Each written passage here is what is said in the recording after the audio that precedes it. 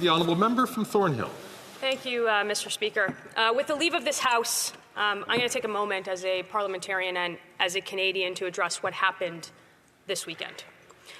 We saw an out-of-control mob take over the streets of one of the country's biggest cities. We saw them openly and proudly spewing hatred, spreading violence, and thumbing their noses at the values that every single parliamentarian in this place I know holds dear. Burning cars, injuring police officers, chanting slogans like the final solution is coming. I don't know what kind of Canada this is, but it's certainly not one that I recognize. And I know that many Canadians feel exactly the same way after watching that. And the Prime Minister's go-to response after an incident like this one is to say that this is not Canada. But, Mr. Speaker, we have to reckon with the fact that this is very much Canada. That is, of course, after he sided with the outrageous decision of the International Court, drawing a false equivalency between a liberal democracy and a terrorist organization that attacked that liberal democracy last year, which emboldened the very supporters that took to the streets to almost burn down a city. Our country is no longer a haven for law and order, for truth and justice, for peace, and for the freedom that we used to have. And Mr. Speaker, instead of talking about all of this, we are still here after 2 months of demanding the documents in this place, demanding that the Liberals turn over the documents to the police, instead of debating the very real issues and the consequences to Canadians that happened, that poured out into the violence that poured out into the streets over the last number of evenings and days, if you're on the campus of Concordia University. We're still talking about this. And we have become a nation where the rights of bigots and violent rioters trump the rights of freedom of religion and, sadly, of personal safety, something that I never thought that I would say on the floor of this House. And we have become a nation where the grievances of a small, petty, lawless minority govern the lives of a larger, law-abiding majority. And we have become a nation where we have lost the ability to put a stop to even the most despicable behavior. And instead, day after day in this House, we demand the same thing from the same government that refuses the same order. Day after day, we ask them to release the documents instead of talking about the issues that Canadians are seized with. This is a nation, Mr. Speaker, where it is no longer extraordinary to wake up, to read that another synagogue has been firebombed, or that another Jewish business was vandalized, or that another bomb threat was made at a Jewish school, or that gunshots flew through the windows. Kids as young as 17, 18, 19 years old are being arrested for crimes. Children in this country are being turned against one another, blinded by our ability to teach even the most basic tenets of respect and critical thinking, with the woke academics pushing DEI ahead of introspective thought, and their unions that have become a bastion of ideological drivel that has now become dangerous and has spilled out into our streets. Hate crimes in this country have more than doubled over 9 years, and instead we are still talking about a document production order 2 months later in this House that you yourself told this government to produce, that you yourself told this government to turn over to the RCMP. That is the natural consequence, Mr. Speaker, of a Prime Minister and a government that cannot even utter the most basic condemnation of radical and extremist behavior in this country, who send one group of MPs to say something to one community and a different group of MPs to say the exact opposite to another community. Those days are over, Mr. Speaker. That's how it works in the Prime Minister's Canada, but that's not how it works in Canada. And I will say one thing, because we've talked about it in the House and most recently from comments from the government House leader, but the bouncy castles and the hot tubs and the outdoor barbecues and a protest blocking several blocks in a single city, honking equals a national emergency. Frozen bank accounts and prosecutions.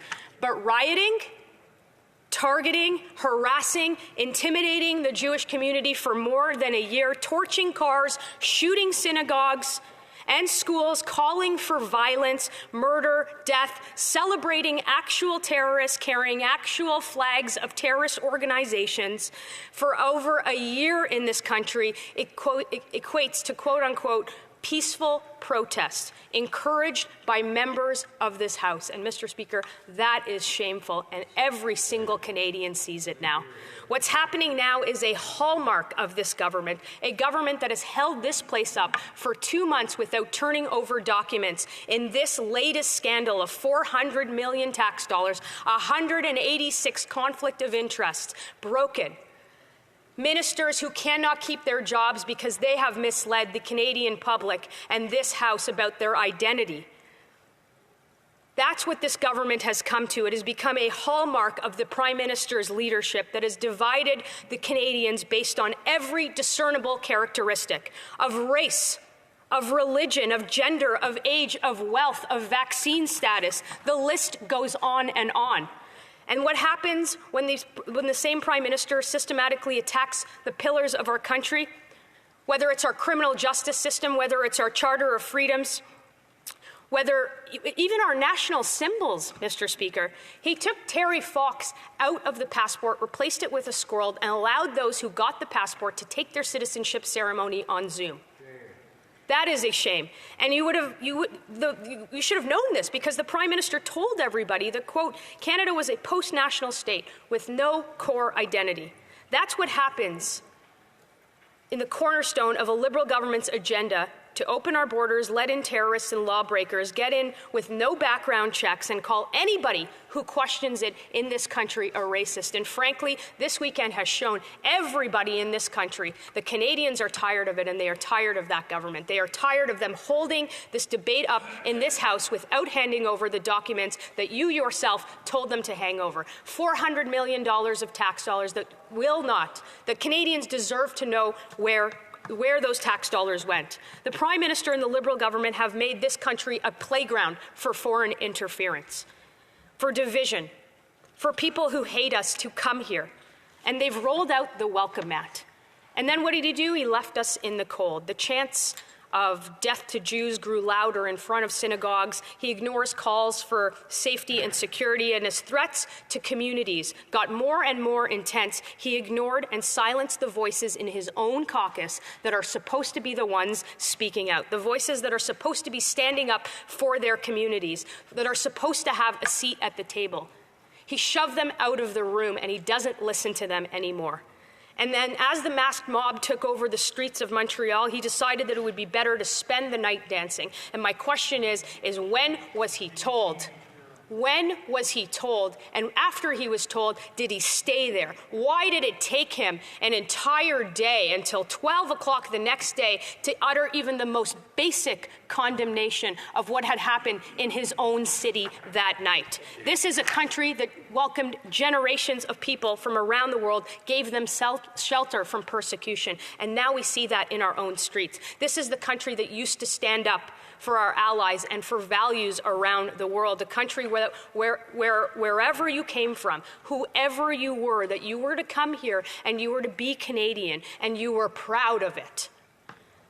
That's the country that we are not anymore. And it breaks my heart to see it, and I'm sure that it breaks the hearts of every Canadian to see and witness what they did this weekend. And by glossing over the clear problems, pretending they don't exist, as the Prime Minister does, is no way to run a country. It is no way to even run a parliament, which he certainly hasn't acquiesced to that demand that we are still here for today.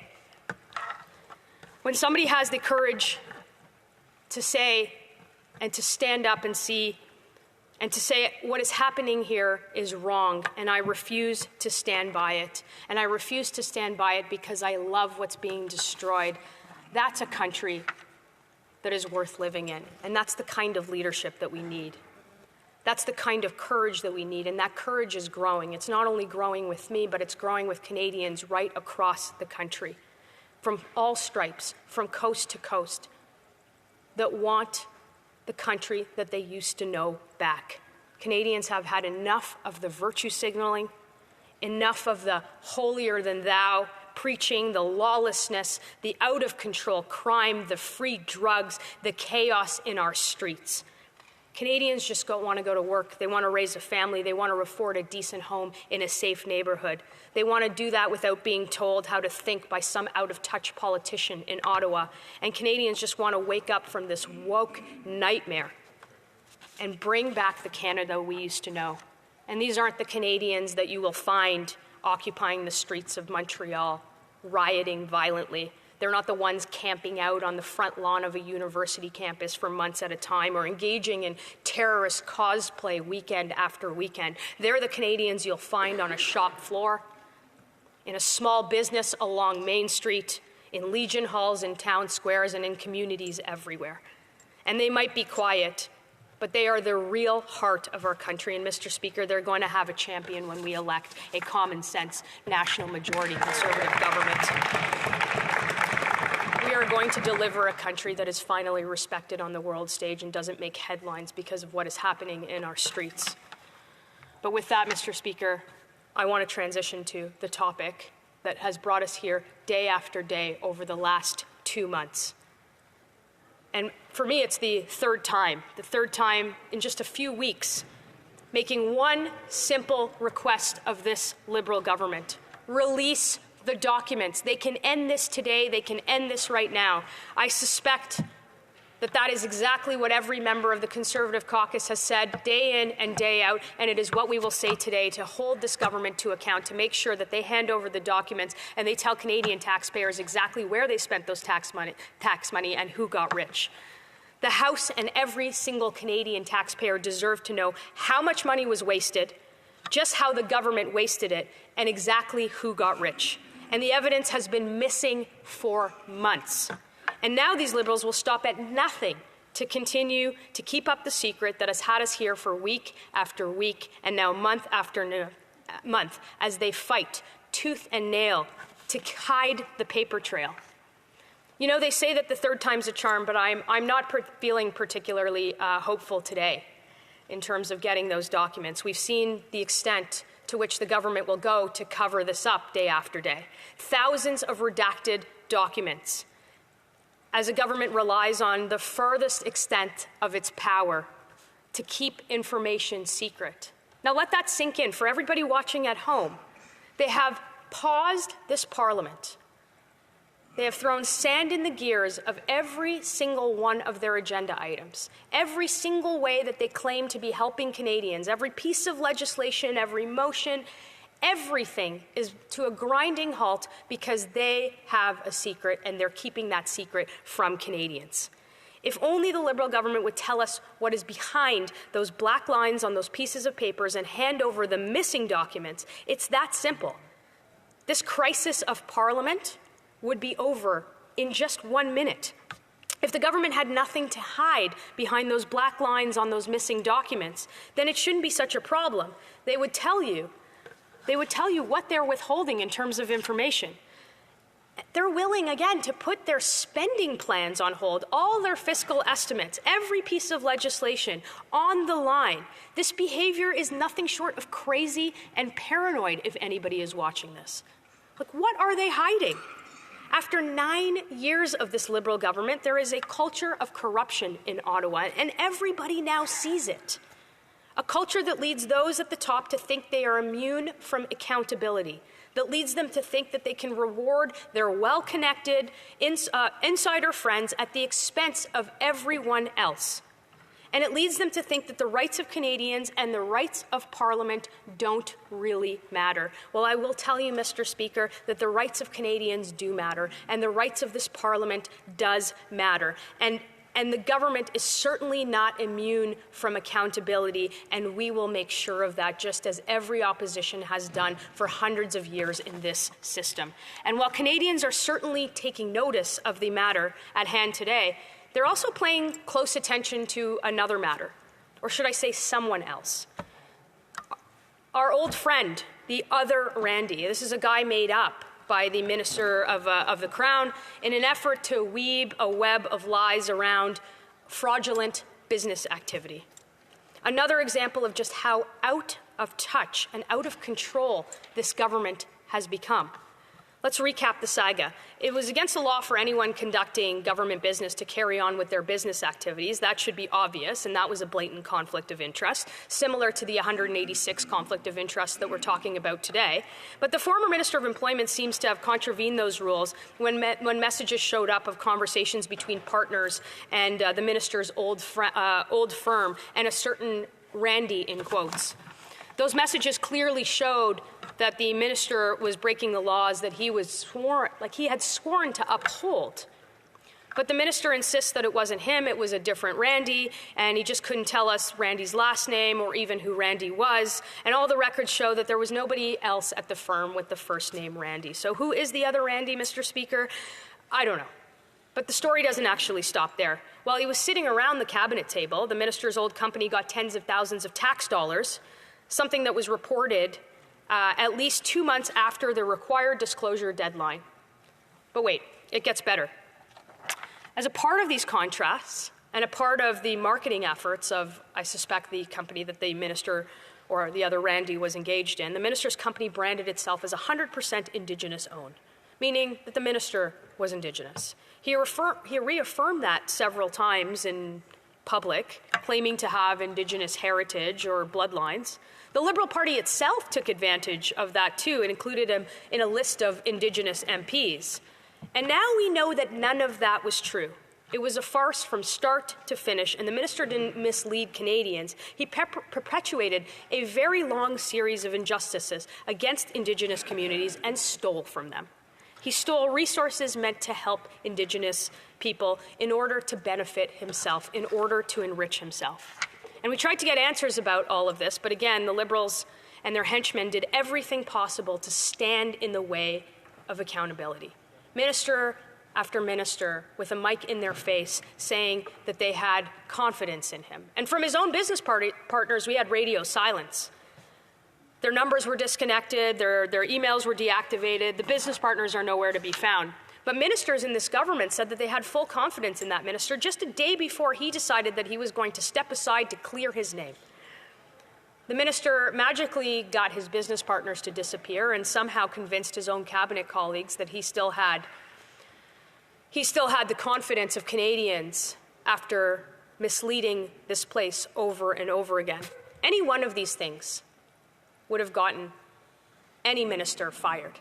I was here as a staff person when a $16 orange juice would have got you fired as a minister. And what we are seeing today, the refusal to hand over documents, the refusal to turn over documents to the police that were ordered by this House, is not only a breach of parliamentary privilege, but it is part of a long series and a culture of corruption that has become a hallmark of the Liberal government and a hallmark of Ottawa. And it's very unfortunate, Mr. Speaker. And we will stand here day after day and month after month and demand accountability from the government on other Randy, on the Minister of the Crown, on these documents, on every other scandal that is unraveling by this government, or is unraveling at the feet of this government. The Liberals, this is actually probably the worst part of it. Liberals themselves are now sounding the alarm bells. Former Liberals like, I'm sure, Mr. Speaker, that you might remember the former Attorney General, Jody Wilson-Raybould, was actually Indigenous. Do you want to hear what she had to say? Prime Minister committed to true reconciliation would have removed the minister from cabinet long ago. Instead, we get to watch white people play ancestry wheel of fortune. The Prime Minister fired his first Indigenous Attorney General, but kept the fake Indigenous Employment Minister. And just like Jody Wilson said, it is extremely shameful and is extremely destructive. And it is extremely shameful and destructive that we still stand here day after day, month after month, with exactly the same demand for accountability. Accountability to Parliament, accountability to Canadians, accountability to every single taxpayer. to know exactly where that $400 million went, which friends got enriched, and the 186 conflict of interests that are still at their feet. And day after day, we will demand this again. Thank you. Questions et commentaires, questions and comments. The honourable member from Barrie-Innisfil. Thank you, Mr. Speaker. I want to thank my honourable colleague from Thornhill for her speech. Like all Canadians, I sat there on Friday night and I saw what was going on in my hometown of Montreal and was absolutely disgusted by the display of a lawless mob that was destroying such a beautiful city. In fact, it's happening right across the country, Mr. Speaker, and it's escalating.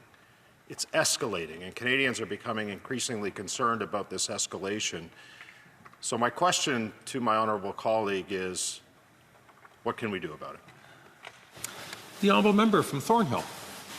Well, Mr. Speaker, the very basic thing that any government can do about this is to signal that it's wrong.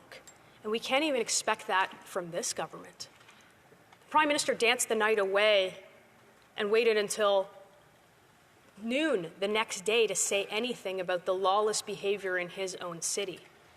The very start of this should be at least a condemnation, should be to make sure that these rioters, not peaceful protesters, but these rioters, face the full extent of the law.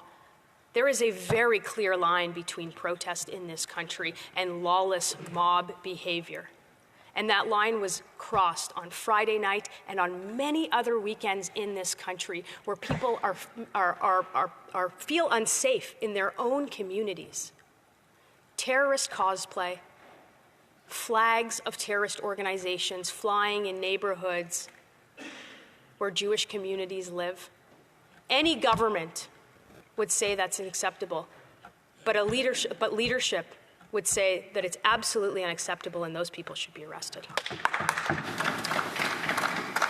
Questions and comments. The honourable member for La Pointe de l'Île. Thank you, Mr. Speaker. I'd like to know, well, the Bloc Québécois has also condemned the acts of violence that we saw at the protests on Friday in Montreal. I'd like to know what my colleague thinks about the Bloc Québécois' bill to eliminate the religious exemption for hate speech. For example, if in a protest, as we saw, there was an incitation to hate in a religious context, that would be exempted. I'd like to hear what my colleague thinks of that. The honourable member for Thornhill. The member isn't going to like what I say about this, but we've been entirely consistent that the solution to bad speech isn't necessarily to stop speech. I think that's what we've seen from the Liberals with Bill C-11, Bill C-63, Bill C-18 to some extent. It's more speech. But it's also having the consequences in place to actually arrest people who break the law. And there is plenty of laws that currently exist in our criminal code that have been broken time after time that would create more civil rest in this country rather than the unrest and the rioting and the behavior that we've been seeing in the streets. He's not going to like what I say to this, but I don't think the solution is stopping from Canadians from having their point of view. It's stopping the lawbreakers from breaking the law.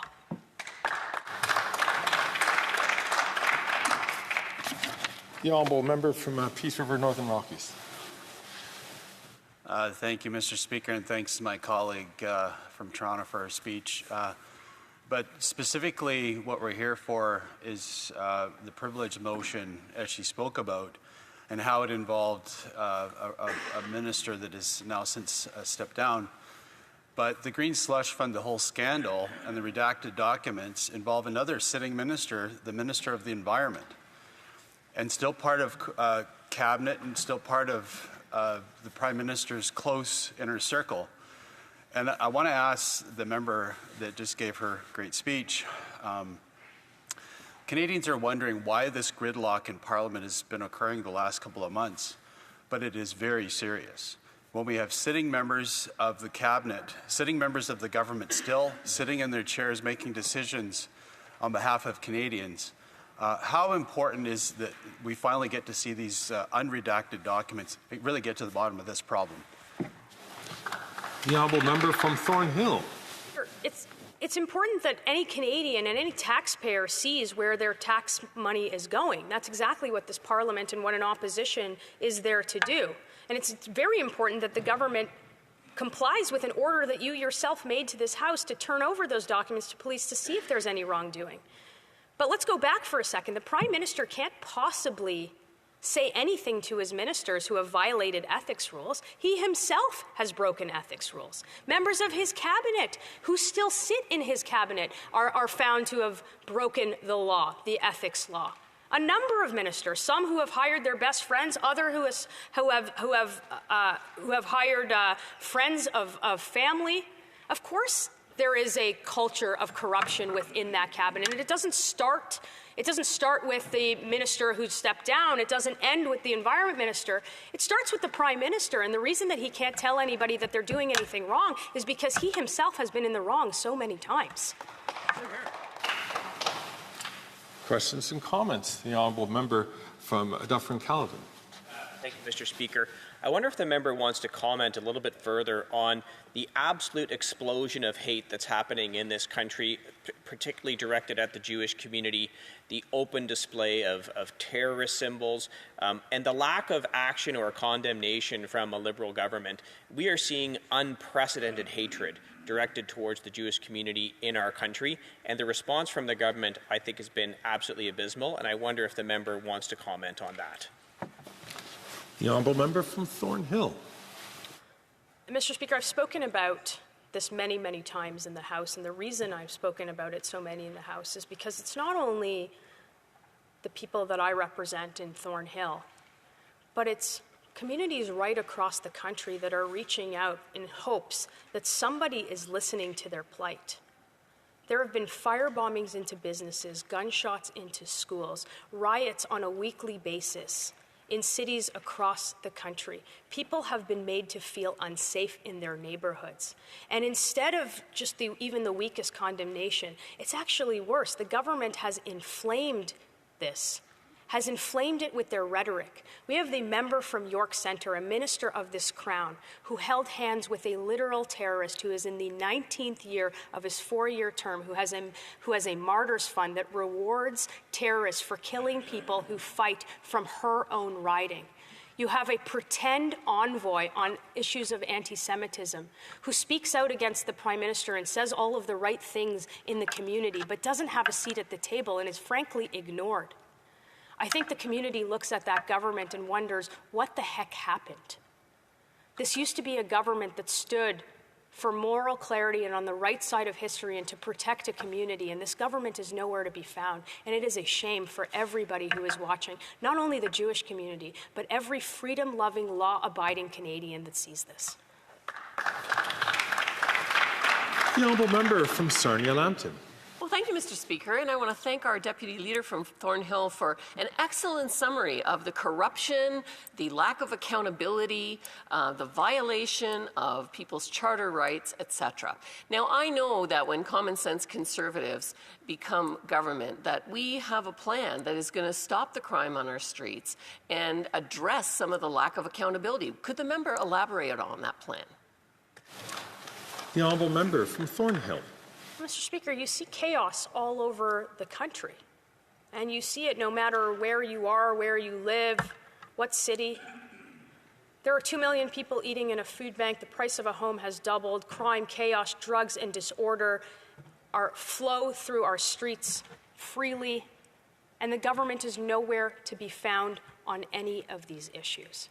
In fact, they would rather hold up a parliament by refusing to hand over documents for 2 months when they themselves see the crisis, where the Prime Minister has made admissions in the last month of the failure of his own agenda, be it on housing, be it on immigration, being it on food costs. The only thing that is left is that he hasn't said that his carbon tax is an abject failure. And it's time now for him to make the admission on the carbon tax, scrap the carbon tax, and call a carbon tax election so the Canadians can get rid of these guys. Afraid we're